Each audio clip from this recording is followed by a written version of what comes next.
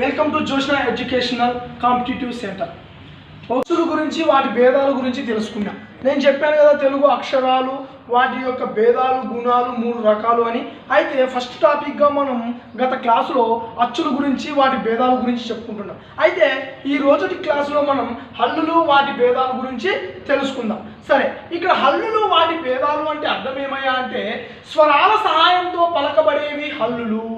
స్వరాల సహాయంతో, స్వరాలు అనగా ఇక్కడ ఏమంటున్నాను అంటే మీకు గత క్లాసులో చెప్పా, స్వరాలు అంటే అచ్చులను స్వరాలు లేదా ప్రాణులు అని అంటారు. అంటే స్వరాలు అంటే వేరే యొక్క అక్షరాల సహాయం లేకుండా, వేరే యొక్క ప్రాణుల అక్షరాలతో వాటి సపోర్ట్ లేకుండా అవి ఏకీక్రమంగా వాటికి అదిగా పలకబడేటివే స్వరాలు అన్నారు. అయితే ఇక్కడ హల్లులు మాత్రం ఈ స్వరాల యొక్క సహాయంతో పలకబడుచూ ఉన్నాయంట. అంటే ఈ హల్లులు అనేటివి ఇక్కడ స్వరం అంటే స్వరాలు అంటే ఆ, ఈ, ఊ, ఈ ఆ నుంచి అవ్ వర్గల అచ్చులతో కూడి పలకబడుతూ ఉన్నాయంట. అయితే హల్లులు వీటిని వ్యంజనాలు అని కూడా అంటారు. వ్యంజనాలు అని కూడా అంటారంటే స్వరాల సహాయంతో అంటే అచ్చుల సహాయంతో పలకబడేవే వ్యంజనాలు. అంటే ఒక అక్షరం యొక్క సహాయాన్ని తీసుకొని పలకబడేటివి వ్యంజనాలని కూడా అనవచ్చు. ఇక్కడ మనకి ఒక బిట్టు రావచ్చు చక్కగా. ఎలా వస్తుందంటే స్వరాలతో పలకబడే హల్లులు వీటిని వ్యంజనాలని కూడా అంటారు అని అన్నాడు ఇక్కడ.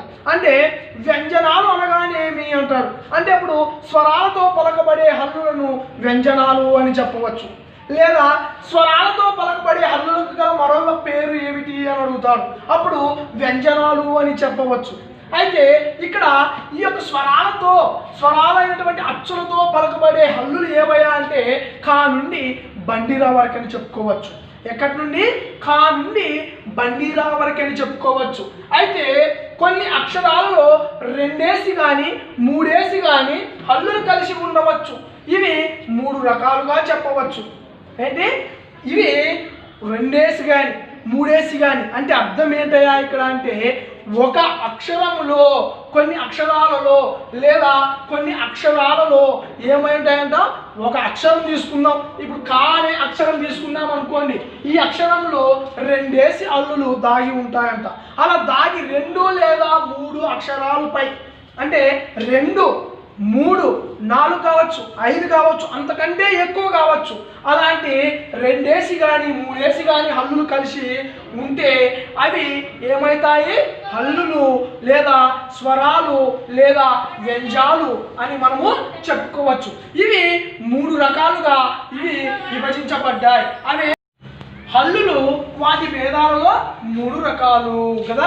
ఆ 3 రకాలు ఏంటయ్యా అంటే ద్విత్వ అక్షరం, సంయుక్తాక్షరం, సంశ్లేషాక్షరం. ఏంటివి? ద్విత్వాక్షరం, సంయుక్తాక్షరం, సంశ్లేషాక్షరం. ఇక్కడ ఇందులో మొట్టమొదటిసారిగా మనము ద్విత్వాక్షరం గురించి తెలుసుకుందాం.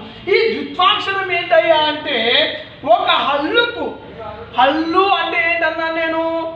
హల్లు అంటే ఒక స్వరంతో కలిసి ఒక అక్షరం 2 అక్షరాలు లేదా 3 అక్షరాలు అంతకంటే ఎక్కువ అక్షరాలతో కలిసి ఒక అక్షరంగా ఏర్పడడాన్నే హల్లు అన్నాం కదా.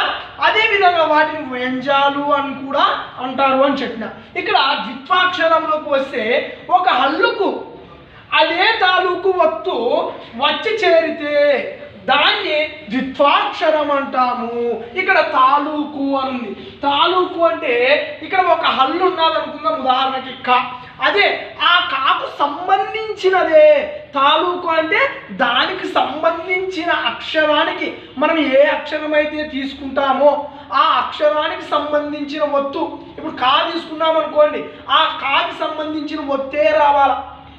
ఆ తా తీసుకుందాం అనుకోండి, ఆ తాకి తీసుకున్న తా ఒత్తులే రావాలి. అంటే తాలూకు అనగా ఏ అక్షరం అయితే ఏ హల్లు అయితే తీసుకుంటున్నామో దానికి సంబంధించిన ఒత్తే వస్తే దాన్ని ఏమంటామయ్యా అంటే ద్విత్వాక్షరం అని అంటాం. ఇక్కడ ఉదాహరణ గమనించినట్టయితే క అనగా కాకి కావత్ ఇచ్చాం అనుకో క అవుతుంది. అయితే ఇక్కడ మనం విభజిస్తే ఏమవుతుంది అంటే ఫస్ట్ కకారం రాసుకోవాలి. కుకి ప్లస్ కావత్ పెట్టినామనుకో అది ఏమవుతుందంటే ఇది అవుతుంది. కాబట్టి మనకు కావాల్సింది ఏంది? ఖా రావాలి. ఇక్కడ ఏమన్నాను మొదట్లో మీకు నేను?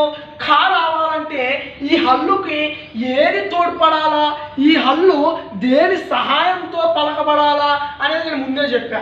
అది ఏందయ్యా అంటే స్వరాల సహాయంతో పలకబడాలా. స్వరాల సహాయంతో పలకబడితే అది ఏమవుతుంది? హల్లు అవుతుంది. ఇప్పుడు ఈ కి కావతిస్తే అది క అవుతుంది కానీ కా కాదు.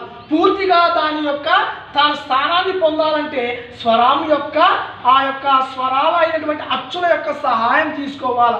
అయితే ఇక్కడ 1 లేదా 2 వేసి 3 వేసి హల్లులు ఉండాలంటున్నాడు. అంటే ఇప్పుడు ఇక్కడ కు ఉంది, ఇక్కడ కావత్తుంది. ఇప్పుడు ఇది ఏమవుతుంది అంటే క అవుతుంది. అయితే మనకు కావాల్సింది కా రావాలా, అందులో వచ్చేసి 3 హల్లులు కలిసి ఉండాలి. అప్పుడు మళ్ళీ కగారానికి కు ప్లస్ ఆ ఏమవుతుంది? ఇప్పుడు కు ప్లస్ ఆ చూసినాం అనుకో, ఇక్కడ కు ప్లస్ ఆ ఈజ్ ఈక్వల్ టు క. ఈ ఆ అనేది ఈ హల్లు అయినటువంటి కు అనే ఒక హల్లు అనేటువంటి అక్షరానికి చేరినప్పుడు దానిలో విలీనమైపోయినప్పుడు అది కాస్త ఏమవుతుందయ్యా అంటే క అనే పూర్తి అక్షరంగా పూర్తి హల్లుగా మారిపోతుంది. అంటే ఇక్కడ అచ్చు అనేటువంటి స్వరాల సహాయంతో ఇది పూర్తిగా హల్లుగా మారిపోయింది. అయితే ఇక్కడ కు అనే పదం మనకి 3 సార్లు వస్తుంది. ఇక్కడ కు అనే పదం 3 సార్లు ఎక్కడ వస్తుందా అంటే 1, 2, 3. ఈ కు 2 కలిపి 2 అదే ఒత్తే కదా. ఇది కా ఏదైతే ఉందో దానికి సంబంధించిన ఒత్తే కాబట్టి ఇది పూర్తిగా ఖాగా మారింది. ఇందులో 2 సార్లు కకారము మనకు కనిపిస్తూ వస్తుంది. 1, 2 సార్లు మనకి కకారము కనపరుస్తూ ఉంది. కాబట్టి ఈ విధంగా జిత్వ అక్షరం అనేది 2 లేదా 3 అంతకంటే ఎక్కువ ఏ హల్లు అయితే తీసుకుంటామో ఆ హల్లుకు సంబంధించిన ఒత్తే వచ్చి చేరినప్పుడు అది ద్విత్వాక్షరంగా మనము చెప్పుకోవచ్చు. మళ్ళీ రెండవదిగా చూసుకుంటే సంయుక్త అక్షరం. ఈ సంయుక్త అక్షరానికి మనం ఇప్పుడు మళ్ళీ దాని వివరణ చూద్దాం. మనం రెండవ హల్లుల్లో రెండవ భేదంగా చూసుకుంటే సంయుక్త అక్షరం. మొదటిది ద్వితీయ అక్షరం, రెండవది సంయుక్త అక్షరం. ఈ సంయుక్త అక్షరం అనగా ఏంటయ్యా అంటే ఒక హల్లుకు వేరొక హల్లు తాలూకు వత్తు వచ్చి చేరితే దానిని సంయుక్తాక్షరం అని అంటారు. ఇక్కడ ఏమంట? సంయుక్తాక్షరం అంటే ఏదైనా ఒక హల్లుని తీసుకున్నప్పుడు ఆ హల్లుకు సంబంధించిన వత్తు కాకుండా వేరొక హల్లు యొక్క వత్తు వచ్చి ఆ హల్లుకు చేరినప్పుడు అది ఏమవుతుందయ్యా అంటే సంయుక్తాక్షరమై పోతుంది. అంటే ఇప్పుడు ఉదాహరణకి మనకి నా ఉంటే ఆ నాకి నావత్తే వచ్చింది అనుకోండి, అది ద్వితీయాక్షరం. ఎందుకు నాకి నావత్తే వస్తే ద్వితీయాక్షరం అన్నామంటే ముందే నీకు నేను నిర్వచనంలో చెప్పా కదా. ఏం చెప్పినాను? ఏ హల్లుకైతే దాని తాలూకు వత్తు వచ్చి చేరుతాదో అది ద్వితీయాక్షరం అవుతుంది అని చెప్పిన. మళ్ళీ ఇక్కడ సంయుక్తాక్షరం అంటే ఏంటి అంటే ఇక్కడ సంయుక్తాక్షరం అనగా ఏ హల్లు అయితే ఉంటుందో ఆ హల్లుకి వేరొక హల్లు యొక్క వత్తు వచ్చి దానికి చేరినప్పుడు అది ఏమవుతుందయ్యా అంటే సంయుక్త అక్షరం అవుతుంది. మనకి ఇక్కడ చక్కని బిట్ అడగచ్చు. ఏమడుగుతాడయ్యా అంటే ఒక హల్లుకు వేరొక హల్లు యొక్క వత్తు వచ్చి చేరితే అది ఏమవుతుంది అని అడుగుతాడు. అది ఏమవుతుంది, ఏ అక్షరం అవుతుంది అని అడుగుతాడు. అప్పుడు మనము గమనించాల్సింది సంయుక్త అక్షరం అవుతుంది అని చెప్పచ్చు. ఇక్కడ గమనించాల్సింది ఒకటే, ఒక హల్లుకు వేరొక హల్లు వత్తు వచ్చి చేరితే అది సంయుక్త అక్షరం అనేది గమనించాలి. ఈ విధంగా మనకు బిట్ అడిగే అవకాశం ఉంది. అది ఎలాగయ్యా అంటే ఇక్కడ ఉదాహరణకు వస్తే ఇక్కడ మనకు న్యా అని ఉంది. ఇక్కడ న్యా అంటే నా అనే ఈ యొక్క హల్లు ఒక హల్లు, ఈ యావత్తు అనే ఒక హల్లు వేరొక సంబంధించింది. ఈ యావత్తు మనకు యకారానికి సంబంధించింది కాబట్టి ఇక్కడ వేరువేరుగా అని చెప్పుకోవచ్చు. ఇక్కడ అనే నకారానికి ఈ అనే యకారం తోడైనప్పుడు అది ఏమైందయ్యా అంటే న్యా, పూర్తిగా న్యాగా మారిపోయింది. అంటే ఒక హల్లుకు వేరొక హల్లు వత్తు వచ్చి చేరిపోయింది. అలా చేరిపోవడం వల్ల అది సంయుక్త అక్షరంగా మారిపోయింది. ఇందులో నకారం యకారం అనే రెండు హల్లులు కలయిక ద్వారా ఇది సంయుక్త అక్షరముగా మారిపోయింది. ఇక్కడ న్యా ఒకటేనా సార్ వచ్చేది అని మీకు డౌట్ రావచ్చు. ఇక్కడ న్యా కాదు, మనం ఏదైనా తీసుకోవచ్చు. ఉదాహరణకు త్యా, ఉదాహరణకు త్యా త్యా ఉంది.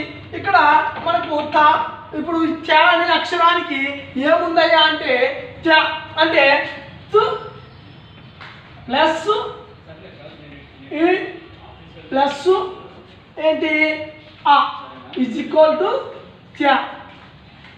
ఇక్కడ కంపల్సరిగా ద్విత్వాక్షరంలోనైనా సంయుక్తాక్షరంలోనైనా సంశ్లేష అక్షరంలోనైనా మనకు కనపడుతుంది ఏంటి అంటే స్వరాలైనటువంటి అచ్చు కంపల్సరిగా మనకు కనపడుతుంది. ఎందుకంటే ఇది వాటి సహాయంతోనే పలకబడుతుంది కాబట్టి అది పూర్తి హల్లు తన రూపాన్ని దాల్చాలా, పూర్తిగా ఆ హల్లు తన రూపంలోకి రావాలా అంటే కంపల్సరిగా అది అచ్చుల యొక్క సహాయాన్ని తీసుకోవాల్సిందే. అలా తీసుకున్నప్పుడే తన యొక్క స్థానాన్ని, తన యొక్క పూర్తి రూపాన్ని అది ధరించగలదు. కాబట్టి ఇక్కడ తు అనే ఒక హల్లు ఉంది, ఈ అనే ఒక హల్లు ఉంది. ఈ రెండు హల్లులు కలయికతో త్యాగా మారిపోయింది. అంటే అక్కడ త్యాగా మారిపోయింది, అక్కడ తా అనే ఒక హల్లు, ఆ తా అనే ఒక హల్లుకి యా అనే వేరొక హల్లు యొక్క ఒత్తు వచ్చి చేరింది. అలా చేరడం వల్ల అది పూర్తిగా సంయుక్తాక్షరంగా మారిపోయింది. ఈ విధంగా సంయుక్తాక్షరంలో మనకి ఒక బిట్ వచ్చే అవకాశం ఉంది కదా. సంయుక్త అక్షరానికి ఒక కింద అడుగుతాడు, వీటిలో సంయుక్త అక్షరం ఏమిటి అని అడిగి 4 ఆప్షన్లు ఇస్తాడు. అది ఏ విధంగా ఇస్తాడు అయ్యా మీకు అంటే వీటిలో 4 ఆప్షన్లు. మొదటి ఆప్షన్గా వీటిలో సంయుక్త అక్షరానికి సంబంధించిన ఈ యొక్క హల్లు ఏది అని అడుగుతాడు. అలా అడిగి మనకు న్యా అని ఒకటి ఇస్తాడు.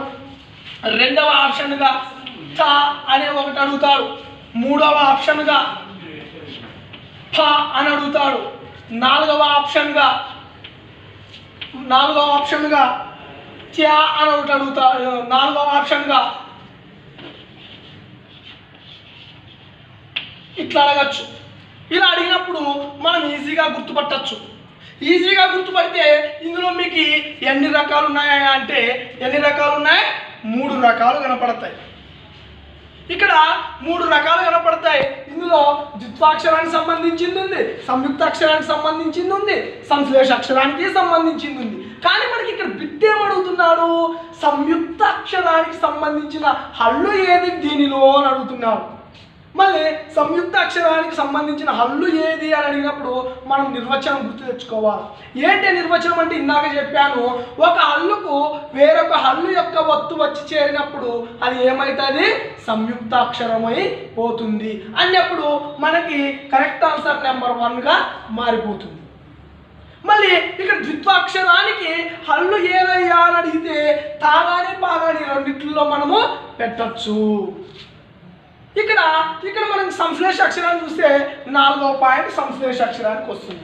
కాబట్టి మనకి ఇక్కడ ఈ 3 కాదు ఆన్సర్, మనకు సంయుక్త అక్షరానికి అడిగాడు కాబట్టి మనకు కరెక్ట్ ఆన్సర్ న్యాగా చెప్పచ్చు. ఈ విధంగా అడగచ్చు. లేక న్యా అనే హల్లు ఏ అక్షరానికి చెందును అని కూడా అడగచ్చు. న్యా అనే హల్లు ఏ అక్షరానికి సంబంధించును అని అడగచ్చు. అప్పుడు సంయుక్త అక్షరమా, ద్విత్వాక్షరమా, లేదంటే సంశ్లేష అక్షరమా, లేదంటే పైవేవి కాదా అని అడుగుతుంటాడు. అప్పుడు మనం ఏం చూడాలా, న్యా అంటే ఒక హల్లుకు వేరొక హల్లు యొక్క వత్తు వచ్చి చేరింది కాబట్టి అది సంయుక్త అక్షరముగా మనము చెప్పుకోవచ్చు. ఈ విధంగా సంయుక్త అక్షరము ఈ విధంగా మనకు తెలియజేస్తూ వస్తుంది. మళ్ళీ సంశ్లేష అక్షరం నెక్స్ట్ 3వ భేదంగా చూసుకుంటే సంశ్లేష అక్షరం, దాని యొక్క నిర్వచనం ఇప్పుడు మనం చూద్దాం. ఇక్కడ సంశ్లేష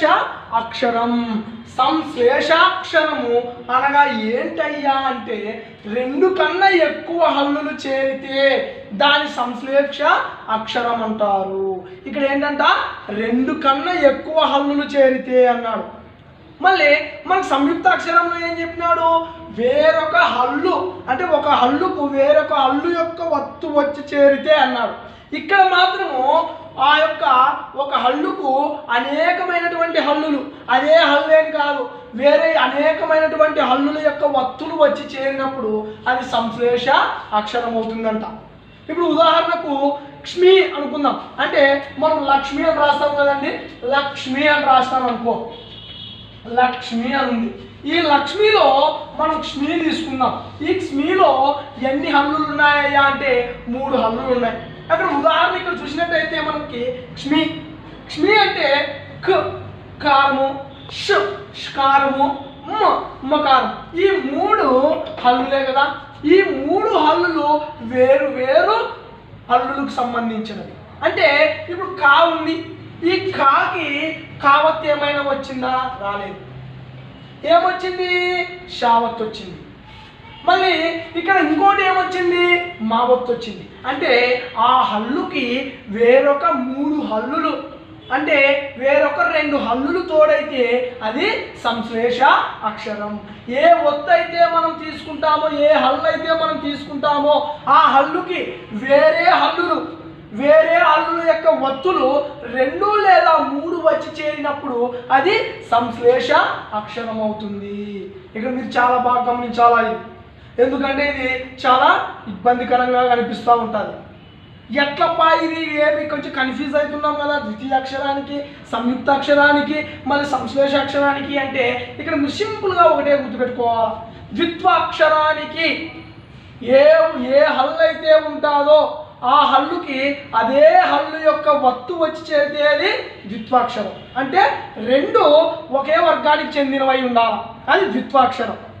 సంయుక్తాక్షరం అంటే ఏంటయ్యా అంటే ఏ హల్లు అయితే ఉంటుందో ఆ హల్లుకి వేరొక హల్లు యొక్క వత్తు వచ్చి చేరినప్పుడు అది ఏమవుతుంది అంటే సంయుక్తాక్షరం. అది మనం ఇంకా ఈజీగా గుర్తుపెట్టుకోవడం ఎలాగప్ప అంటే ఒక వర్గానికి సంబంధించిన హల్లుకు వేరొక వర్గానికి సంబంధించిన హల్లు యొక్క వత్తు వచ్చి చేరితే అది సంయుక్తాక్షరము అని ఈజీగా గుర్తుపెట్టుకోవచ్చు. మళ్ళీ ఇక్కడ సంశ్లేషాక్షరం అంటే ఏంటయ్యా అంటే ఇక్కడ అంటున్నాడు 2 కన్నా ఎక్కువ హల్లులు చేరితే దాన్ని సంశ్లేషాక్షరం అంటారు అన్నారు. అంటే ఒక వర్గానికి సంబంధించిన హల్లుకు వేరొక వర్గానికి వేరు వర్గాలు అంటే అదే వర్గానికి సంబంధం లేకుండా వేరే వర్గానికి సంబంధించిన హల్లుల యొక్క వత్తులు 2 లేదా 3 వచ్చి చేరినప్పుడు అది సంశ్లేషంగా మారిపోతుంది, సంశ్లేష అక్షరంగా మనం చెప్పుకోవచ్చు.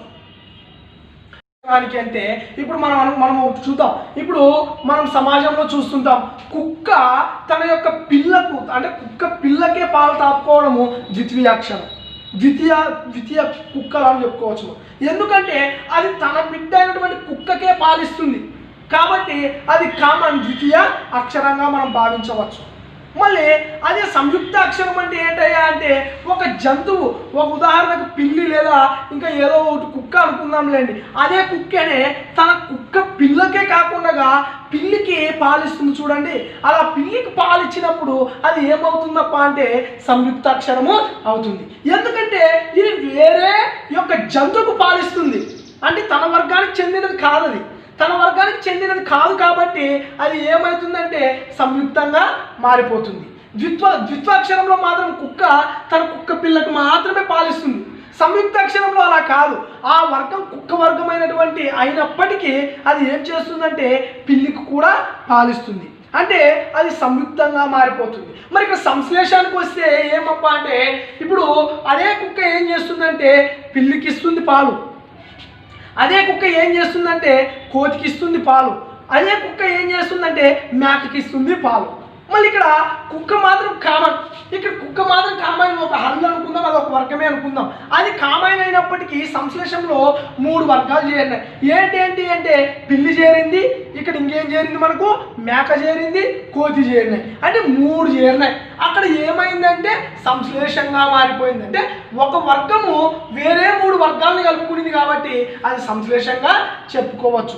ఈ విధంగా ఇది ఏంటంట, ఇందులో కుసుము అనే 3 హల్లులు ఇక్కడ వస్తాయి. అంటే ఆ వర్గానికి సంబంధం లేకుండా వేరే వర్గము వేరే వేరే వేరే వర్గాలు కలిసినప్పుడు అది సంశ్లేషంగా మారిపోతుంది.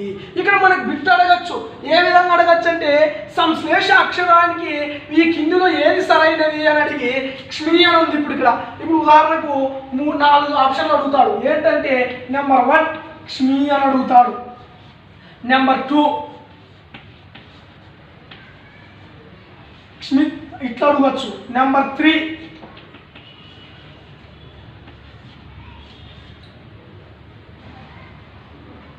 నెంబర్ 4 పైవేవి కావు అని అడుగుతాడు. పైవేవి కావు అని అడుగుతాడు. ఇక్కడ మనం గమనించాల్సింది ఇక్కడ ఏది రైట్ ఆన్సర్ అనేది మనం గమనించాం. ఇక్కడ ఏమన్నాడు, వేరే వేరే ఒక వర్గానికి సంబంధం లేకుండా వేరే వేరే వర్గానికి సంబంధించినవి కలిస్తేనే అది సంశ్లేష అక్షరంగా చెప్పుకోవచ్చు. అంటే ఇప్పుడు ఆ కుక్క ఏంటి, పిల్లికి పాలిచ్చింది, అక్కడ కోతికి పాలిచ్చింది, ఇక్కడ మేకకు పాలిచ్చింది. అంటే వేరే వర్గాలకు సంబంధించిన వాటిని కలగలుపుకుంటూ వచ్చింది కాబట్టి అది సంశ్లేషగా చెప్పుకోవచ్చు. మరి ఇక్కడ మనం వచ్చినట్టయితే క్ష్మి ఉంది. ఈ క్ష్మిలో ఈ కకారానికి సంబంధించి ఏదైనా ఒత్తు వచ్చిందా అంటే రాలే. ఇక్కడ ఏమేమి ఉంది ఇందులో అంటే క ఉంది, సు ఉంది, ము ఉంది, ఈ ఉంది. ఈ అనేది కామన్. ఈ అనేది కామన్. ఎందుకు ఈ కామన్ అంటున్నానంటే నేను మీకు ముందే చెప్పా, ఒక హల్లు దాని యొక్క నిర్దిష్టమైన స్థానాన్ని పొందాలా, తన నిజ రూపాన్ని దాల్చాలంటే కంపల్సరిగా హల్లు అచ్చు అనే ఈ అచ్చు అనేటువంటిది అందులో కలిసిపోవాలి. అలా కలిసిపోయినప్పుడే అది నిర్దిష్టమైన స్థానాన్ని సంపాదించుకుంటుంది అని చెప్పిన.